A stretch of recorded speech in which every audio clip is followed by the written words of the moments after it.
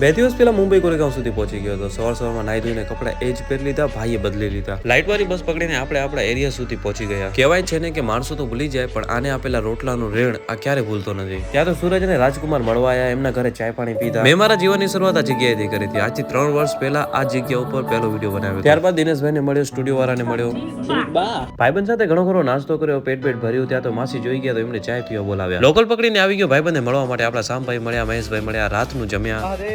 ત્યાં તો મનોજ આવી ગયો, સૌ આવી ગયો, ઘણા ખરા બીજા મિત્રો આવી ગયા. બધાને રામ રામ કર્યા અને મોજ મસ્તી કરી. સવાર થતા જોરદાર નાસ્તો કર્યો, ચાયની ચુસ્કી મારી અને ભાઈબંધના કારખાને નાઈ ધોઈને થઈ ગયા ફ્રેશ. ત્યાં તો ધમુ કાકો મળવા આવી ગયા. ચાય પાણી પીને હું ને સૌ નીકળી પડ્યા થોડી કપડાની ખરીદી કરવા માટે. મુંબઈનું વાતાવરણ, બાંદ્રા સીલિંગ બ્રિજ, હાઈવેની ટ્રાફિક જોતા જોતા પહોંચી ગયા અમે અમારી જગ્યા ઉપર. પટેલમાંથી કપડા ખરીદીને ફટાફટ વર્યા પાછા, કારણ કે દાલબાટીનું પ્રોગ્રામ રાખેલું છે મહેશભાઈના ઘરે. ટાઈમ પર પહોંચી ગયો, મસ્ત દાલબાટીનો ચૂરમો ખાધો અને ભાઈબંધને કર્યા રામ રામ કે હવે આપો રજા, આપણે જઈએ છીએ સુરત. એ જ રાતની ટ્રેન પકડીને હું ને ભાઈ આવી ગયા સુરત.